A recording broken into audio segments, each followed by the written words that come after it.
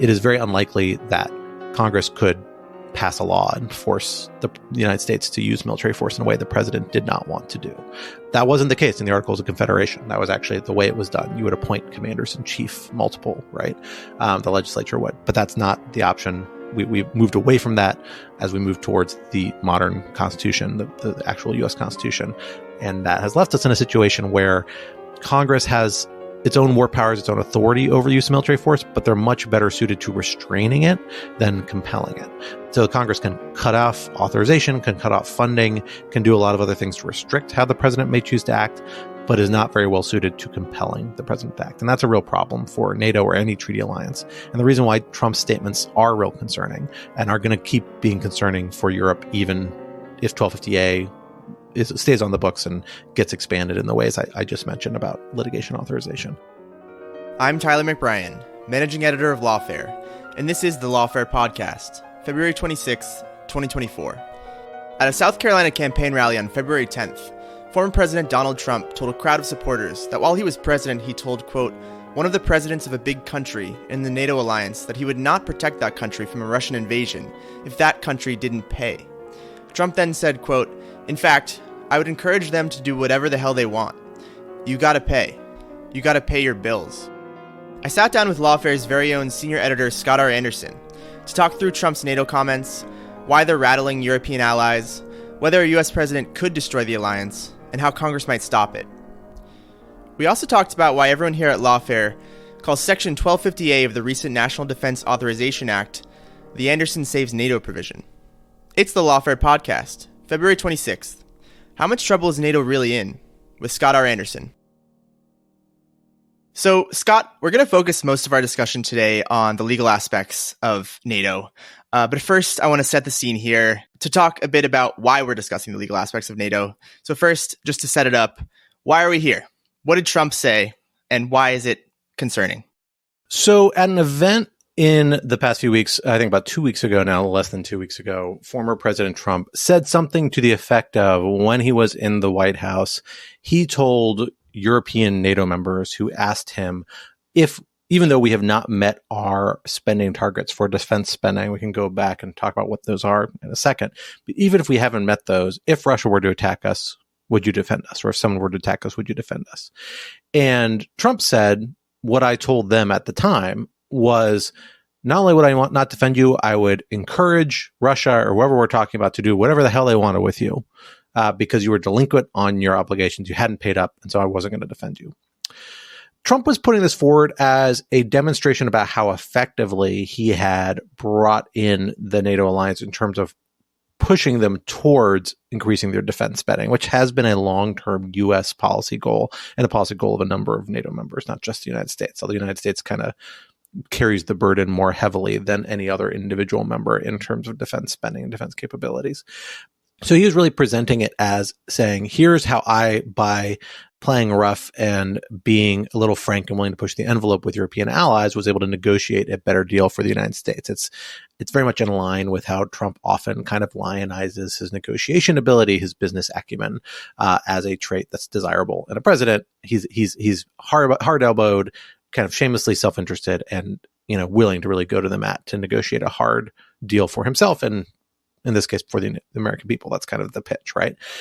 The problem with this is that this occurred against a pretty complicated backdrop, different from it had been when Trump first started saying things like this back in around 2018. First, we now have a ground war in Europe. In the case of Ukraine, a major ground war in Europe, the first one in decades, depending, perhaps many, many decades, depending on how you feel about the Yugoslav conflict or conflicts. It is one that involves a superpower, Russia, nuclear power, that really is the type of military activity, the type of conflict that NATO was always kind of envisioned as addressing and has never had to address through its history. And in particular, this statement was made at a moment when it seems pretty clear Donald Trump is going to once again be the 2024 Republican nominee for the presidency, where even European audiences are well aware he is currently outpolling the incumbent President Biden by narrow margins, but nonetheless doing better than him in U.S. polls. And when we know Russia is kind of on the comeback, in Ukraine. At least it has seemed that way in the last few weeks by virtue of having accomplished a few strategic victories and reclaimed a bit of territory in a few strategic cities in Ukraine, Advika being kind of the leading one in the last week. But perhaps more importantly, because I think a lot of that's more symbolic than really a changing on the ground in Ukraine, we know that part of the reason they have been successful is because the United States, and to some extent European allies, but really primarily the United States in recent weeks, has not been able to produce assistance that Ukraine badly needs and claims it badly needs. And that is primarily due to a hang-up in Congress, where Republicans in the House, and particularly Republicans that kind of associate themselves with President Trump, former President Trump, and his global views, have said, we don't want to give any more support to Ukraine, or at least we're heavily resistant to it. We want to bargain lots of other priorities for it. And they've failed to reach agreement on what that is. In fact, they tried to negotiate for immigration concessions, got them, and then kind of backed out. So in that context, this statement is really alarming and has really triggered a lot of sensitivities for American audiences and for European audiences, even though, frankly, it's nothing new. It is nothing different than what former President Trump has said for years.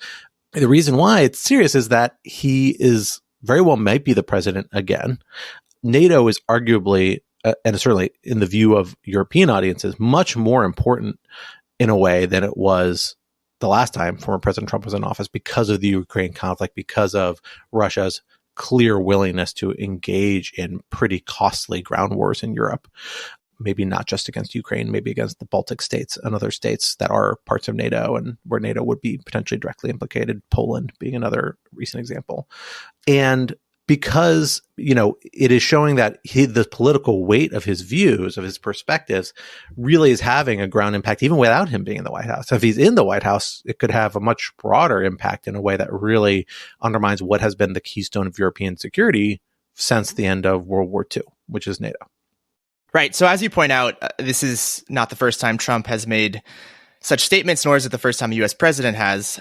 But the context which you gave was so helpful in describing, what the stakes are here and why European allies and people in the United States are so rattled by this latest round of comments.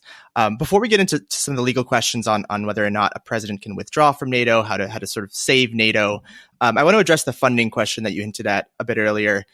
In keeping in mind the stakes here, is there, though, a kernel of truth or some merit to what Trump was saying about the you have to pay aspect of this? Or is it just completely wrongheaded to view this alliance as a ledger sheet or in such transactional terms? Yeah, I mean, there is a point of policy merit underlying this, but not a point of legal merit. About 10 years ago, the exact year is escaping me at the moment, I want to say it was 2013 or 2014, NATO agreed that they were going to set a target of 2% defense spending. And they have kind of a shared definition of what defense spending means, but usually it means kind of like national defense, military capabilities, and then funding for groups like NATO, kind of like joint enterprises like that. That all NATO members were going to commit to try and spend at least 2% of their GDP on defense spending and to reach that goal over, the next several years as soon as possible and within 10 years. Right now, as of just a few months ago, just a few weeks ago, the last report we have from the U.S. Defense Department is that 18 allies, so like roughly half the alliance or so, is expected to meet that target this year. And those not reaching that target, according to the U.S. Defense Department, under the Biden administration, have plans to swiftly meet that target, to ramp up their defense spending substantially. That has been a pain point for the United States really over the last 10 years. And before that, there's a reason why NATO felt pressure to reach that kind of shared agreement. Europe has been experiencing what some people have described as a peace dividend. Since World War II, the continent Western Europe in particular, has been substantially at peace. The Cold War was an overhanging reality. It always had this kind of threat of major interstate violence hanging over Europe, but Europe was under a predominantly U.S. security umbrella, and particularly a U.S. nuclear umbrella. France, UK are nuclear powers, but not of the sort of scale or strategic significance of the United States.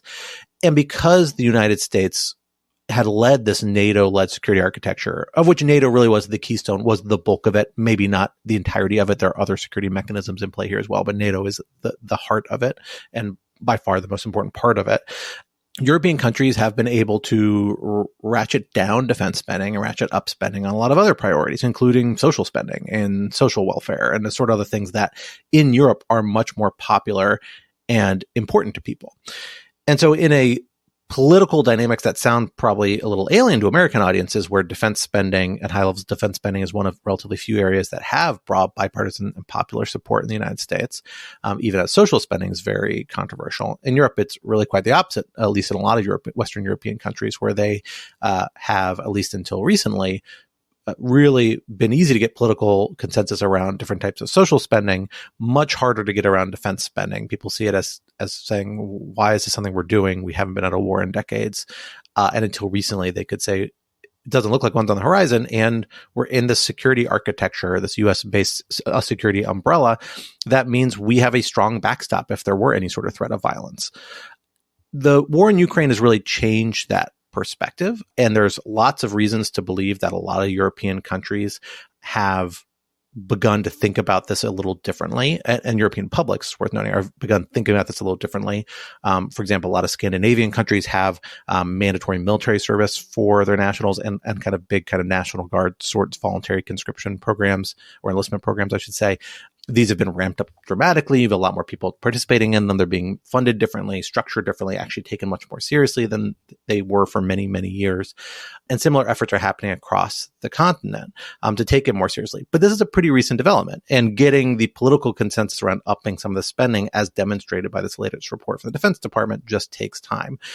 And on top of that, it also takes time to find ways to productively spend this money. A big problem Europe is having now is that, frankly, it just does not have the production capacity to produce the arms it needs and other equipment it needs to field a large military or to support a military endeavor like Ukraine over the long period, over a long term. For the last 2 years, the Europeans and the United States has a similar problem in that regard, although perhaps not as significant. They've really been drawing down on their own stocks, drawing from their own supply chains and supply kind of pipelines, because most of this sort of equipment has multi-year pipelines from order to delivery, to build up the Ukrainian capacity, build up Ukrainian arms. But they haven't, and particularly Europeans haven't, dramatically increased their own production capacity. I suspect in part because nobody really fully expected this to be a 2-year war, at least initially, let alone what looks like it might be a 5 to 10-year war if it really becomes this long-standing war of attrition, which seems possible at this point, at least for the next several years. So in light of all that, you do see these views changing in Europe. And there's probably some truth to the fact that Trump probably did motivate European powers precisely because of his willingness to kind of test the limits of the European security relationships, to begin to think a little bit more autonomously about their defense. But because Trump lost in 2020, because the Biden administration has been a strong booster of European alliances, the last few years, they haven't felt that sort of urgency. Now, with Trump coming back to the White House, they're beginning to feel that urgency again and beginning to realize, like, well, can we live through another 4 years where we don't have the United States as a reliable ally in a moment where there's an actual land war happening just one country over from NATO's borders? And in that environment, a lot of Europeans are beginning to come around to this view of, well, we do need to spend more on defense. And it's a question of, how quickly they hit these targets. Even the last 10 years, they've been somewhat neglected.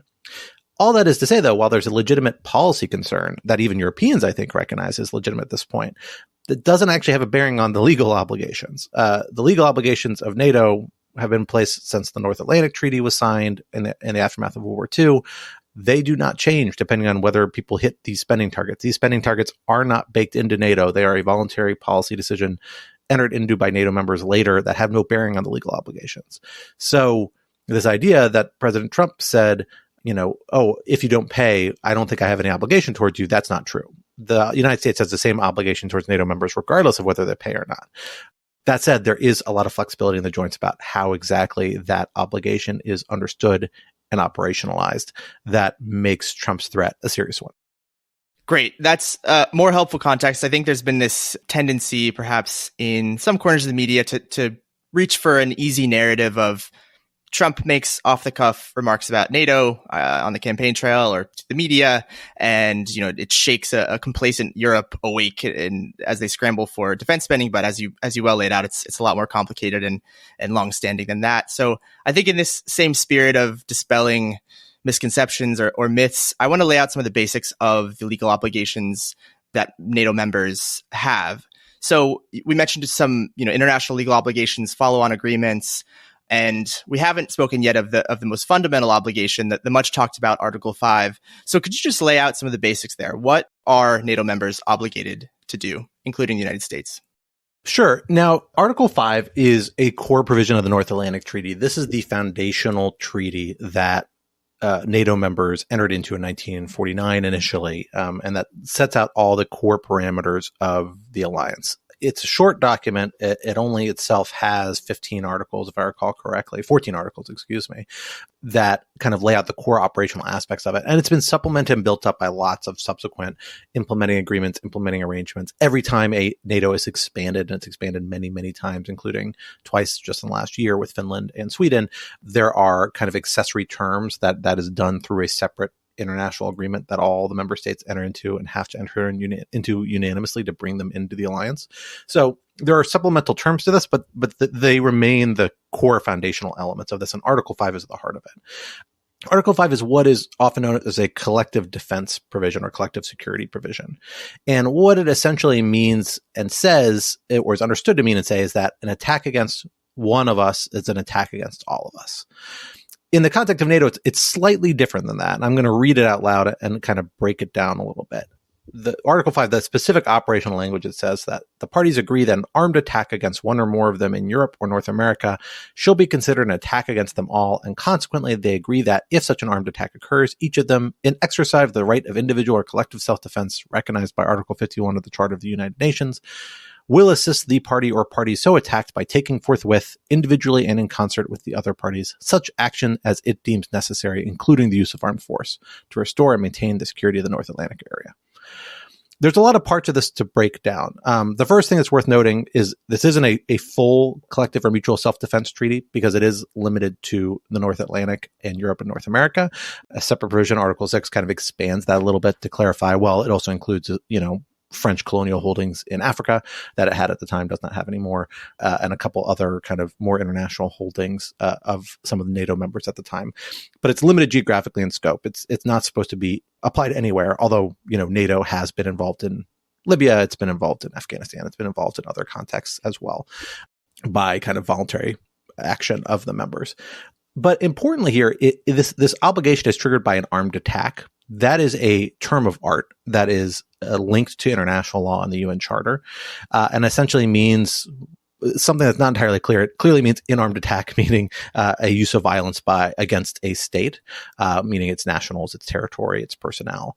But there's a debate among international lawyers as to what exactly constitutes an armed attack. Most people, I think, would agree that a truly imminent action constitutes an armed attack for purposes of international law. So if you knew you were about to be attacked, you wouldn't have to wait for the attack to happen. You could respond in self-defense before it. If it was truly imminent, you'd be aware of it. But people debate what imminence means, what its limits are, and have different views on that. There's also an argument as to whether there's a certain threshold of violence, whether there needs to be a certain level of seriousness before any use of violence constitutes an armed attack. Is a single, rocket going across a border inadvertently, is that an armed attack, or is that something less than an armed attack, even though it involves violence? These terms matter because what this is essentially doing, what Article 5 does, is it says that once one of us suffers an armed attack, something that meets that definition, then we all agree we have the right to respond to it as if it were an attack on us. That means that each of these states has a right to exercise individual or collective self-defense underneath the UN charters, which means they have the right to respond with force on their own. The right to individual or collective self-defense is one of the very few exceptions to the prohibition on the use of interstate armed force in the UN charter. And the collective self-defense act of that is particularly important here, because that means that under the UN Charter, one state can ask another state to exercise its self-defense for it or on its behalf. So if Iraq is attacked, it can go to the United States and say, United States, please aid us in responding to this attack on us. That's actually what Iraq did in 2014 in the midst of the ISIS kind of invasion there, or ISIS attack, I should say, not a full invasion, because a good part was already in the country. That's all to say that the main mechanism this accomplishes from a legal perspective is that it triggers it so that the United States does not have to wait for a specific request from a NATO member to respond with military force In fact, they are all collectively understood to have consented to this idea that attack on any one of us is attack on all of us, and we will respond accordingly. So, as you mentioned, the primary effect of Article 5 allows allies to respond to an armed attack as if they were themselves attacked. But you've written elsewhere that one thing it does not do is obligate such a response. Could you expand on that?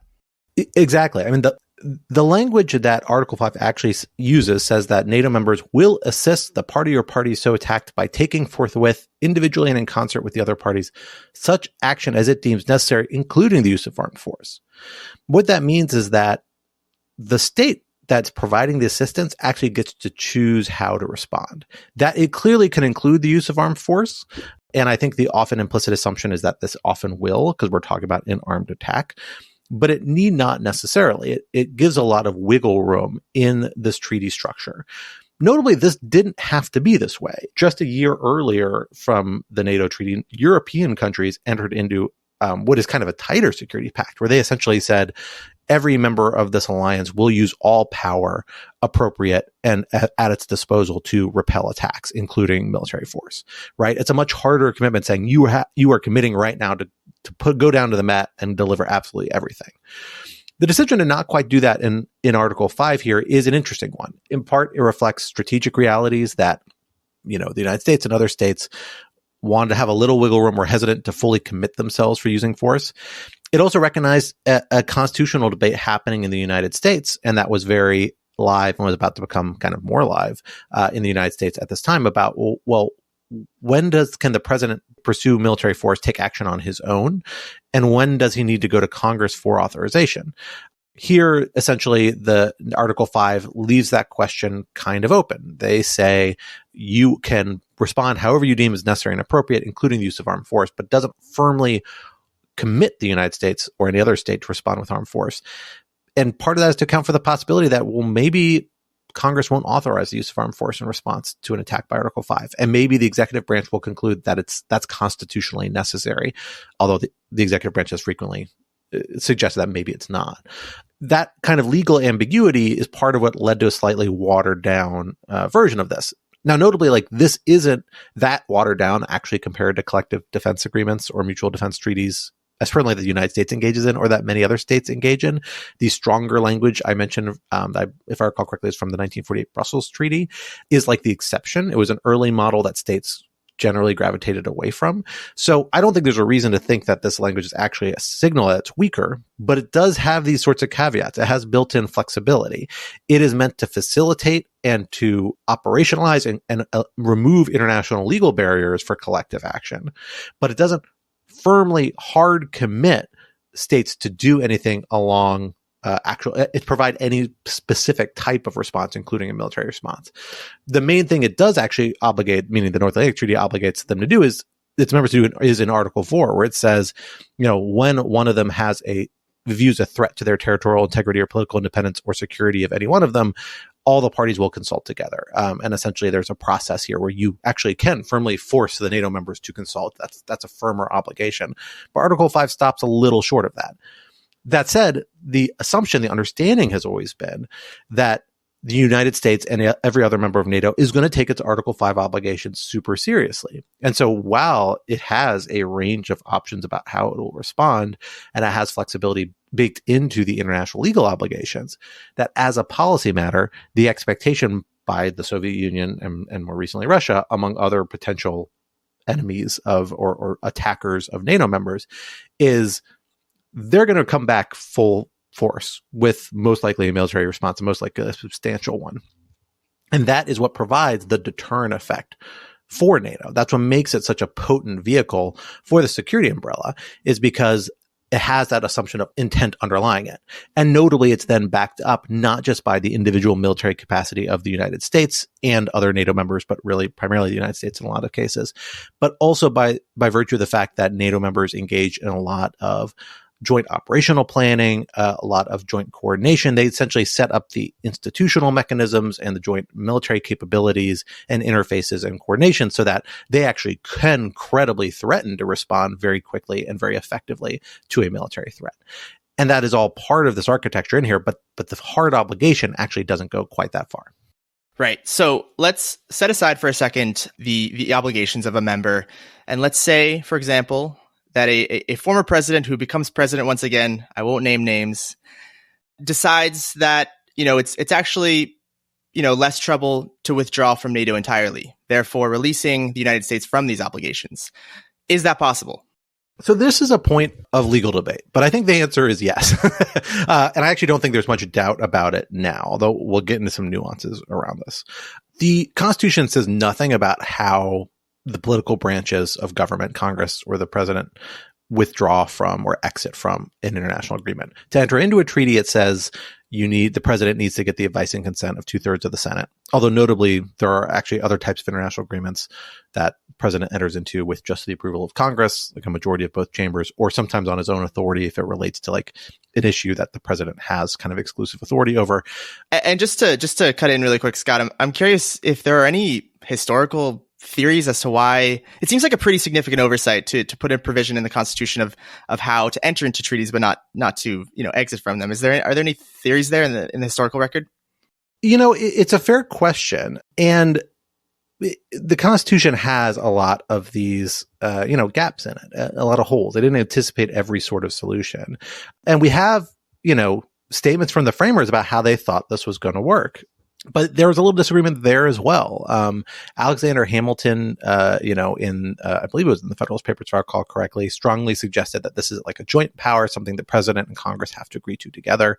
Thomas Jefferson, in his manual for the House of Representatives, if I recall correctly, said essentially, this is actually a power of Congress. Only Congress can supersede a treaty once it enters into force. The Senate advice and consent is a different way of establishing the law, but only Congress can supersede it and reverse it and remove it. And it is well accepted that Congress has the legal authority to supersede treaties and international legal obligations through the last in time rule, that Congress can enact laws. And even if a treaty was in place that was contrary to it, the later in time statute replaces that, takes its place. So that was kind of the operational assumption for a lot of American history. Up until the beginning of the 20th century, almost every treaty withdrawal had some congressional involvement. But how that looked varied a lot. Sometimes it was in advance full congressional authorization. Sometimes it was advance Senate authorization, advice and consent. Sometimes it was after the fact, sort of ratification of executive branch action. Kurt Bradley, I'll note, a law professor at the University of Chicago, has written kind of like the authoritative historical account of this in the Texas, I believe in the Texas Law Review about 10 or 15 years ago, that I recommend to folks. And documents this historical practice with Kurt's usual precision and eloquence. Around the turn of the century, the 20th century, this begins to change. And it's part of a broader change in the beginning of the 20th century, and then kind of massively accelerated after World War I, and particularly after World War II. The executive branch just starts asserting a lot more authority over foreign relations and foreign affairs. And that includes treaties. And presidents start just withdrawing from treaties on their own authority. And Congress doesn't really challenge them over it. And the exact where the line sort of gets drawn shifts. There begins to be this expectation that this is something the president can do because he just keeps doing it, and Congress doesn't object and no one objects. And in effect, these treaties are withdrawn from. Foreign governments don't sit and scrutinize U.S. constitutional law to determine when treaties with them are abrogated or taken away. Actually international law says, well, you can take the word of the head of state or the foreign minister of foreign governments, and you can treat that as authoritative, even if there might be underlying constitutional issues. The bar for an underlying domestic law constitutional issue invalidating international legal obligations or consent is incredibly high, and generally not applicable in the view of most international legal scholars. So what that means is the president says, we're withdrawn. Nothing forces the president to reverse or change that opinion or that statement domestically. Congress doesn't do anything to reverse it. And then eventually treaty partners say, okay, the United States isn't in this treaty anymore. And so by the modern era, by the time we start getting these restatements of U.S. foreign relations law, which are kind of like the most useful authoritative statements put together by legal scholars and practitioners of how the law works in these various areas, the consensus view is that the president can exit treaties where he is authorized to do so by the terms of the treaty itself or by international law. So treaties often have provisions that say you can withdraw in X period of time by doing Y, by notifying the other members in writing, something like that. And then there are background rules of international law that say, well, for example, if there's a material breach by another treaty partner, a treaty partner may be able to suspend some of their treaty obligations, or they may be able to terminate the treaty altogether. So the general understanding is the president can exercise those international legal rights on behalf of the United States and doesn't have to go to Congress for that authority or verify it with Congress. There's also the executive branch, and particularly the Office of Legal Counsel, in a 2009 internal memo. It actually wasn't even an opinion. It was an internal memo kind of caveating and in some cases rescinding a bunch of post 9/11 OLC opinions that came out in the last days of the Bush administration. They've also said Congress can authorize the president to withdraw from a treaty, potentially even in a manner that violates international law. So there's this underlying idea that Congress can authorize action that is violative of international law in a way that the president can't necessarily, because the president's obligated by the Take Care Clause to respect law, and international law is part of U.S. law.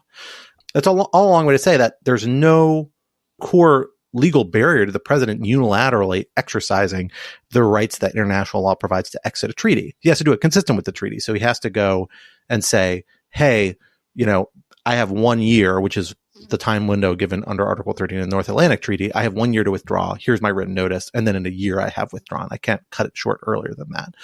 But in effect, that is a power that's entirely up to the president to exercise, so long as Congress has not enacted a contrary provision. And that's the big caveat around this authority that often gets overlooked. And just to quickly follow up on one of those points, to be crystal clear, some of the allies' failure, perhaps, to meet up to the promise of increased defense spending by a certain time does not constitute a breach of the treaty, which would then enable a president to withdraw from the treaty based on the treaty's terms, correct?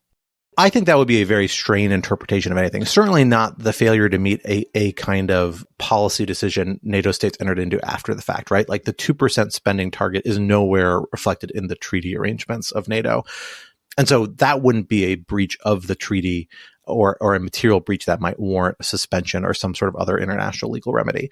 Now, maybe you could get an argument by an administration intent on finding a reason not to comply with NATO obligations and not comfortable relying strictly on the flexibility inherent in the treaty structure might say, well, look, if all these other NATO members have committed to come to our defense and assist us if we're attacked, but none of them have bothered to cultivate the capability to do so, they're in material breach of their obligations. And that might constitute some basis for suspending treaty obligations. I think that's a real stretch for a variety of reasons, not least because there's no kind of clear commitment to maintain that capability that's in the treaty structure. But, you could see an argument along those lines that this something similar might lead into. I don't find it very credible, but it's not so far removed that doesn't warrant mention. Right. So you've mentioned that there currently is nothing on the books which could prevent perhaps a unilateral withdrawal from NATO by president. But recently, as some of our listeners may know, the NDAA had a provision in it called Section 1250A. So first, just what is that provision? And why might everyone at Lawfare call it the Anderson Saves NATO provision? Well, okay. Let me take one step back and deal with the one caveat to that legal position that the president can do this on his own. And then I can go into what this tries to do. Sure. There is this caveat to this idea that the president can withdraw from treaties on his own that is kind of rooted in the idea of what's called the Youngstown framework, which is a legal framework Supreme Court has adopted originally from an opinion called Youngstown Sheet and Tube, but actually not binding law there. It's something the Supreme Court has just kind of subsequently taken up as persuasive and applied in a number of cases. That basically says when you're dealing with implied authorities, when you're dealing with a case where the president is pursuing an action that isn't clearly allocated by the Constitution, but people agree it's some power somebody has to exercise in the government, the president's authority to take that step kind of varies depending on how closely they're aligned with Congress. Where the president is acting consistent with what Congress has implied or stated it wants to do, or where it's acting where Congress is silent, is kind of passive, the president might be able to make a case that he can do a variety of things. But when Congress voices its opinion, says, no, you can't do this, and starts setting up structured limits and starts withholding its consent or actively opposing certain presidential action, that shoves it into another category where all of a sudden things the president might have been able to do where Congress was silent, he or she can't do where Congress has expressly spoken out against it. In that circumstance, the only time the president is supposed to still be able to act is where he has the exclusive authority over an issue in the Constitution, meaning the Constitution has given an authority to him so clearly, so expressly, and has said, this is yours alone and Congress can't touch you on it, can't affect a single aspect of this. And it is quite expressly a very high bar.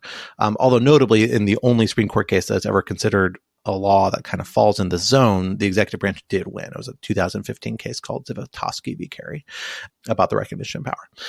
Regardless, my general view, and notably, I held a moot court on this a couple of years ago with a couple of leading legal scholars, including a former Solicitor General, a bunch of other folks who reached, I think, more or less the same conclusion. And Jack Goldsmith, Kurt Bradley have said similar things here in Lawfare and other places, among other kind of leading legal experts, is that if you apply this legal framework to treaty withdrawal, I think the executive branch has a really hard time making the case that it has exclusive authority to withdraw from treaties, because the constitutional text is silent, historical practice is all over the place until the early 20th century. The pragmatic logic of it is not there, the prudential logic, particularly when you're talking about permanent treaty exit. If the president is able to suspend treaties, perhaps in certain circumstances, then why do they need to be able to withdraw from them unilaterally if it's just supposed to be responding to short-term policy responses? So I think it's a really hard case to make. I think it's one the executive branch would be nervous about making.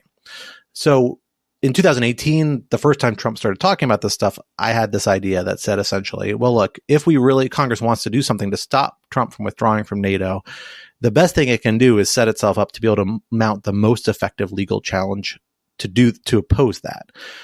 And doing that means you have to shove the president's effort to withdraw from NATO into that third category, where the president's power is at its lowest ebb. Meaning you have to kind of expressly and explicitly and unambiguously prohibit the president from doing it.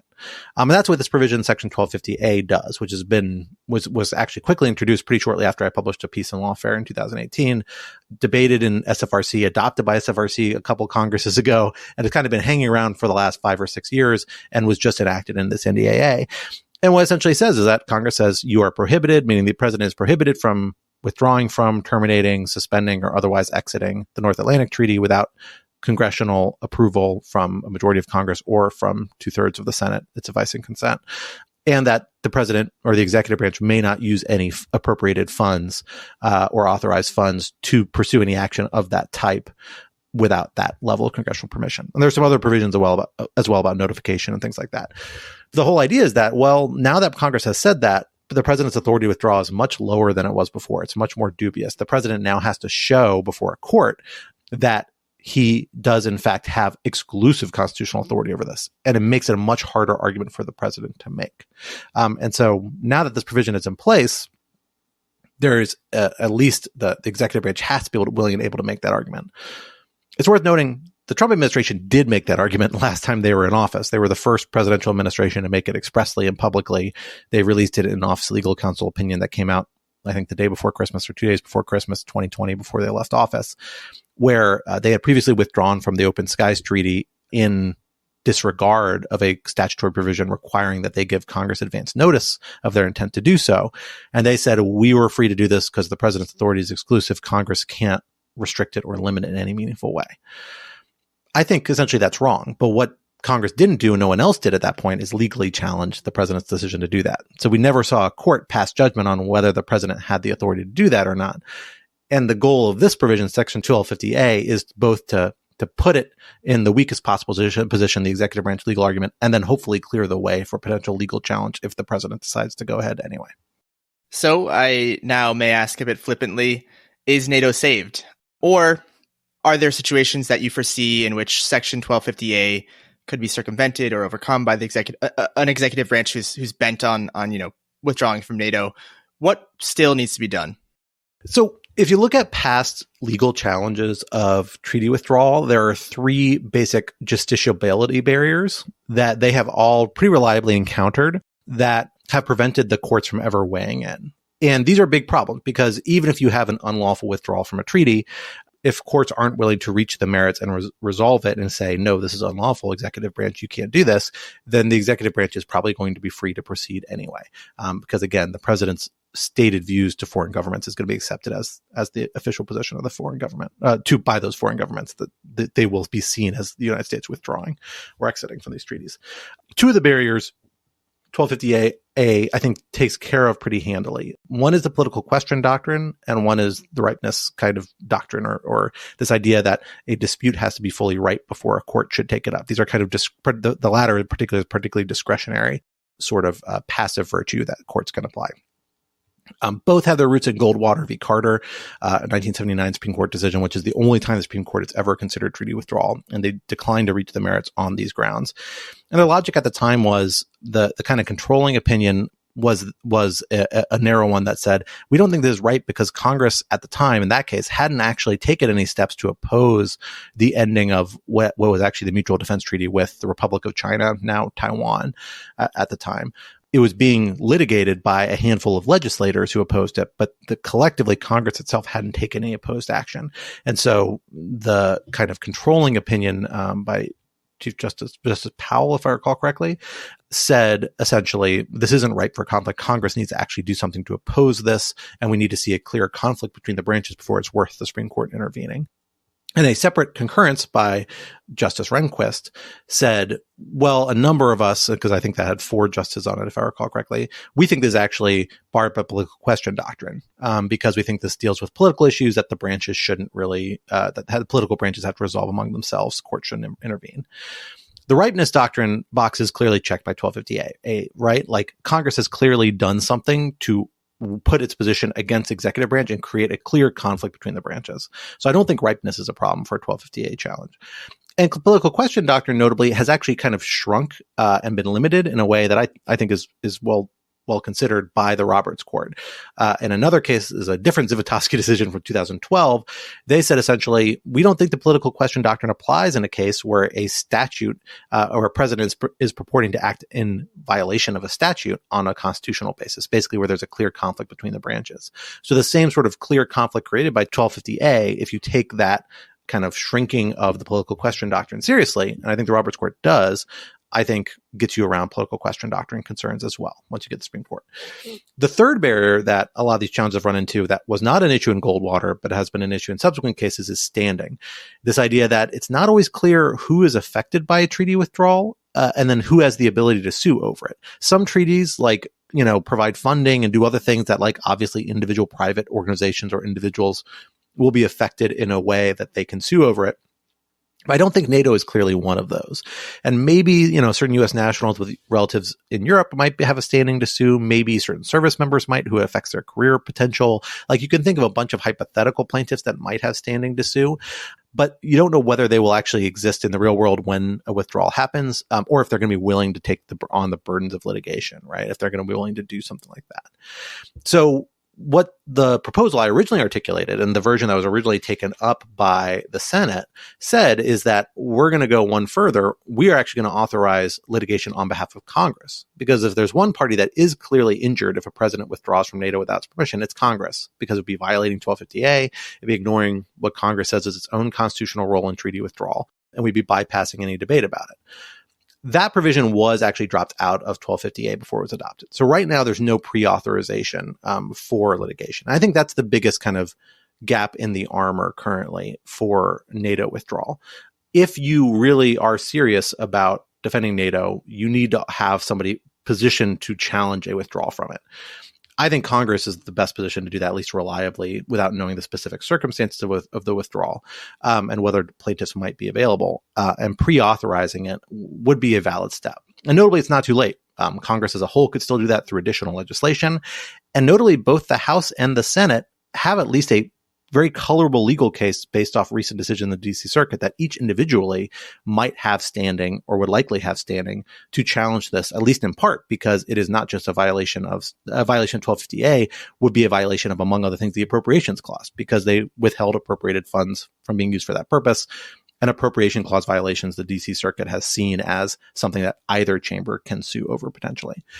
So, my hope is that one or both chambers, either together as Congress or individually, will take up this effort and put in place a resolution to authorize litigation, preferably before this happens, to signal to the executive branch, hey, we're serious, we will fight you on this, and to deter them from ever doing it.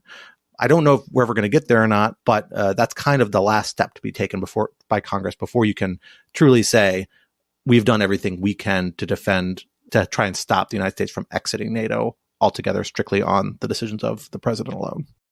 Right. So deterrence tactics from Congress to ensure deterrence tactics for NATO. Out of curiosity, do you have any theories or ideas of why this provision was taken up now, after hanging out for a bit, as you mentioned? Is it the obvious context that you laid out at the top of the conversation of land war in Ukraine and all of these other factors, or do you have any other ideas? I actually think it's much more mundane than that. It is an unusual step for the House to take in particular. The House, remember, turns over every 2 years. Every 2 years, it's a new House. They have to adopt their new rules. And so it might be viewed as a little bit strange by the House to say, well, we are going to commit ourselves to a position that a future House may not agree with. I don't think it's legally prohibited. I think they're legally able to do that. And there's parallels you can draw to other forms of legislation. My sense is that this is a novel step. This isn't something Congress had done before, even though I do think it's legally feasible, and that folks in the House were just a little uncomfortable with it because it's such a departure from their practice. I think people in the Senate kind of had a similar reaction because it is unusual to lock a commitment or authorization to litigate something into legislation this way. But I think folks in the Senate were able to get over it because the Senate is a kind of enduring body. They're used to authorizing things and having it carrying over every 2 years, beyond 2 years to future Congresses. And so my sense is that people in the Senate ultimately got over that kind of intellectual barrier, but people in the House didn't. That said, even if they can't get over these barriers, they can't come to the agreement on authorizing something through legislation, they can still do it individually. So the House could adopt a House resolution and then re-adopt it every 2 years, or they could amend the House rules potentially even to say, hey, we're going to pre-authorize this particular type of litigation. That'd be controversial. It hadn't been done before, but I don't see a reason why they couldn't, even though it would be a pretty novel step.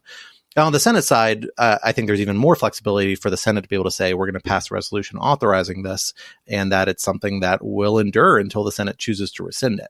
And again, because you have that appropriations clause standing argument, among other standing arguments that the Senate might be able to deploy, I think that gets close to providing a pretty credible threat of a credible legal challenge, even if it might not be quite as strong or airtight as if Congress as a whole had authorized it with legislation. And shifting the conversation just slightly, the North Atlantic Treaty is not the only treaty to which the United States is party. It's not its only legal obligations, international legal obligations. Everything we've been talking about so far in terms of these legal questions, do they apply fairly broadly across the board to other treaties, security arrangements, or are there specifics? Is there a uniqueness to NATO that we should clarify here?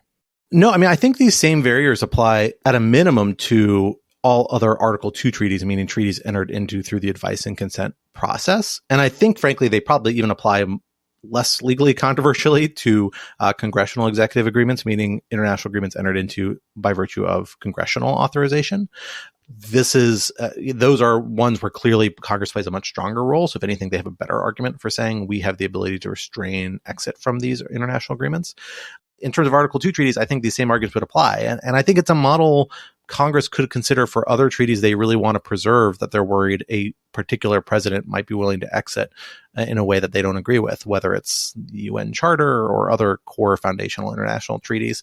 This was a point of concern by both Republicans and Democrats, actually, in Congress during the last Trump administration, because it threatened to withdraw from a variety of agreements and did take steps to do so, including, for example, the World Health Organization during the global pandemic.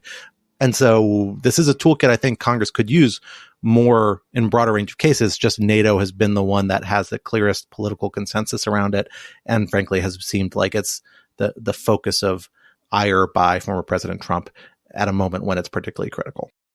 So, Scott, what does Section 1250A actually fix? And what, I think more to the point, what does it not fix? What are the broader problems here that this provision can't address or doesn't address? So again, this really just addresses the question of treaty exit. And I do think that's important.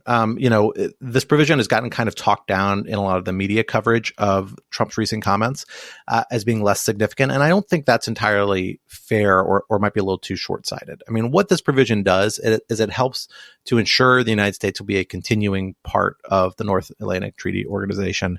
And that means that even if you have one president who may be questionable in his credibility in engaging with it, that other actors in the government, other actors in Congress, and other places will still see that the United States has an international legal obligation. And importantly, that obligation will persist past that one individual and will still exist for the next inhabitant of the White House who may take it up and take it much more seriously. So it's important to preserve that fundamental architecture. And we know that that is something that President Trump has suggested in the past he's willing to exit and is even interested in exiting it. His former national security advisor, John Bolton, himself somebody who's not friendly to a lot of international alliances, but likes NATO generally, at least in a lot of contexts, has said he thinks Trump is dead set on actually doing it. So I actually think it's really important to the long-term stability of NATO and the general North Atlantic security architecture that served the United States and Europe very well in the post-World War II era. One thing it doesn't do, though, is it doesn't solve the immediate Trump problem. Because, as we noted, Article 5 has a fairly open-ended scope in terms of what it commits anyone to do. Even if it were, tighter on its commitment, it's not clear what exactly Congress or anyone else could do to force President Trump to act on it in a particular way, because most of what the North Atlantic Treaty deals with is the use of military force. And in the U.S. legal system, our constitutional system, the president is commander-in-chief of the armed forces and the military and makes sorts of tactical decisions. And it's very hard. The constitutional barriers of wresting that authority away from him are most likely insurmountable. It is very unlikely that Congress could pass a law and force the United States to use military force in a way the president did not want to do. That wasn't the case in the Articles of Confederation. That was actually the way it was done. You would appoint commanders in chief, multiple, right? The legislature would, but that's not the option. We moved away from that as we moved towards the modern Constitution, the actual U.S. Constitution. And that has left us in a situation where Congress has its own war powers, its own authority over the use of military force, but they're much better suited to restraining it than compelling it. So Congress can cut off authorization, can cut off funding, can do a lot of other things to restrict how the president may choose to act, but is not very well suited to compelling the president to act. And that's a real problem for NATO or any treaty alliance. And the reason why Trump's statements are real concerning and are going to keep being concerning for Europe, even if 1250A stays on the books and gets expanded in the ways I just mentioned about litigation authorization. There are other things Congress might be able to do. In particular, like Congress has the control of the purse strings, and that means foreign assistance as well, and security assistance for that matter. The executive branch often plays with this a lot, and there's often a strong argument that the executive branch and presidents should control foreign assistance, should control how money is doled out because it's so closely related to U.S. foreign policy. That's often makes a lot of sense from a policy perspective, and there are reasons why Congress often gives the executive branch a lot of control and sway over that, but it doesn't have to. And we saw during the first impeachment of former President Trump, the Ukraine impeachment, we saw this exact issue come into play. A big part of the impeachment was over the fact that former President Trump had refused to give funds to Ukraine that Congress had appropriated for Ukraine and had acted in excess of the fairly substantial discretionary authority he has to adjust and delay those fundings.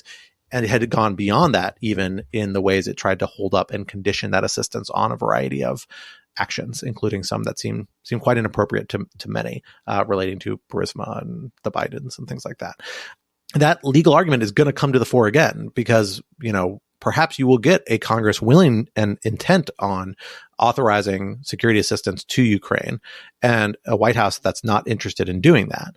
If you hit that scenario, that's going to be another real constitutional debate. I think it's a constitutional debate Congress wins, but Congress really needs to set itself up very carefully to win it. And that means setting itself up to litigate these challenges, to fight the constitutional fight, to do it on a time frame that the executive branch can't just delay and ultimately get its policy goal of not providing this assistance by delaying it through litigation. In other words, it really requires Congress to start both legislating and preparing to litigate as a much more strategic actor to win the interbranch struggles in a much more concerted way and in a way that isn't through the usual process of kind of informal accommodations and negotiations between the branches. Because when you don't have a counterpart in the other branch exercising good faith on those debates, they end up just being being time sucks. You've really got to be willing to fight it out. And so that's going to be the difficult question a future Congress might well face in this sort of scenario. But it's the one area where Congress really does have a lot of authority that's relevant to these obligations, that the president, at least, if push came to shove, I'm not sure could do much to stop them. So as we near the end here, I want to give you one more opportunity to address some of the more dismissive media coverage, as you mentioned, of the provision of, why are we focusing on these technical legal questions with regard to NATO when, as you mentioned, the president as commander-in-chief, it's a lot harder to compel him to, come to the aid and defense of a NATO ally rather than constraining him or raising the costs from withdrawing from the alliance. NATO, like other international security agreements, are often based on trust. And if our allies know that we won't come to their aid and our adversaries know that we won't come to our allies' aid, doesn't it all just fall apart? So why focus then on these technical legal questions? How do they relate to the bigger picture? As I mentioned, this security architecture, the institutions, the practices that have built up around these treaty structures really matter. Even if the president doesn't agree with a particular action or his instincts don't lend him a particular way, other advisors, military officers, people who are involved in the decision-making process who feed opinions to that person and advise them on ways to take actions do take these sorts of commitments more seriously. And importantly, particularly the military is highly socialized to interact with and support its NATO partners because they've been collaborating, coordinating, and doing joint operational activities for decades at this point. So all those things still really matter. And so, I'm of the view that you do what you can do. There's limits to what you can do through politics, but a lot of what you need to do is through politics. And so, the first line of avoiding these sorts of problems is electing officials that don't take the viewpoint that these alliances are disposable or don't view European alliances as transactional or kind of net losses on a ledger sheet. Instead, that take them seriously as saying these are in our strategic interest and are the right things to do and we should stick with them. But failing that and certain key junctures, these legal mechanisms are the things that are in place that allow one branch of government who may feel differently from another to try and win the policy fight. And if nothing else, to at least preserve elements of the broader policy that might yet be relevant and might yet be beneficial in the future. So even if former President Trump is reelected and chooses to abandon NATO, keeping the treaty in place at least means that a future elected President Harris or President Biden or whoever it might be after former President Trump's second term can come back in and say, no, we're going to rebuild NATO. We made the case for it. And importantly, doesn't have to go through the process of renegotiating, re-entering, and getting Senate advice and consent again, which has proven to be a really, really high bar and a difficult bar to meet for international treaties of any sort moving forward. And that might prove the case again here. That said, in the end, the United States needs to be realistic about what it can commit to. The truth is that, former President Trump represents a political view that's substantial in the United States. Like a lot of Americans are willing to support leaders that are willing to sacrifice NATO, or at least willing to kind of undermine the deterrent effect of NATO. And that is problematic. And it's a reality that, frankly, European allies need to deal with and think about. I don't think that means that NATO is worthless or not worth preserving. I think actually quite the opposite. But I think it does mean that American leadership needs to be honest with European partners and say, while we, meaning if it's the current Biden administration, we might be willing to commit these policies for the next few years, we need to prepare for the contingency that other presidents are going to feel differently and not abide by it in a way that was not the case 10 or 15, 20 years ago when NATO was the subject of a lot more bipartisan consensus. At the same time, domestically, you need to make the political case for why NATO is important. And that's true of both European allies and of American supporters of the alliance. But until you persuade and change those underlying political dynamics, Europe needs to start preparing for a future where NATO may not be as secure an umbrella as it has been in the past. And that probably does mean increasing its defense spending, increasing its own interoperability, strengthening its own military capability so it can defend itself, for the simple reason that the NATO commitment, for reasons that really are beyond the control of any single president or of any particular Congress in the United States, the NATO commitment and the United States' central role in it just isn't as airtight as it has been for the last several decades. And that's a new reality that everyone just needs to take into account. Well, Scott, thank you so much for joining me and discussing NATO. My pleasure. Thanks for having me. The Lawfare podcast is produced in cooperation with the Brookings Institution. You can get ad-free versions of this and other Lawfare podcasts by becoming a Lawfare material supporter through our website, lawfaremedia.org/support. You'll also get access to special events and other content available only to our supporters. Please rate and review us wherever you get your podcasts. Look out for other shows, including Rational Security, Chatter, Allies, and The Aftermath, our latest Lawfare Presents podcast series on the government's response to January 6th. Check out our written work at lawfaremedia.org. The podcast is edited by Jen Patia, and your audio engineer this episode was Scott R. Anderson of Lawfare. Our music is performed by Sophia Yan. As always, thanks for listening.